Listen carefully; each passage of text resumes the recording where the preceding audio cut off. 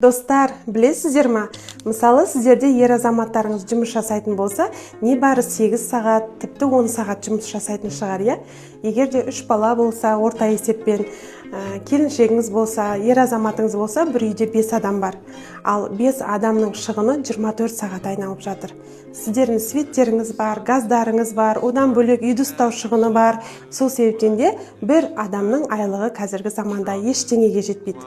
Қымбатшылық заманда міндетті түрде нәзік жанды қыз-келіншектер қосымша табыс табуға міндетті деп ойлаймын.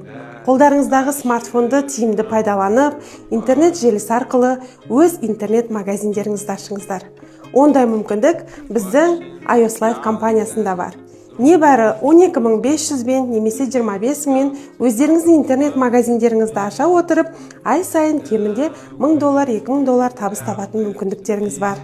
Егер қызықтыратын болса, қатарымызға қосылыңыздар.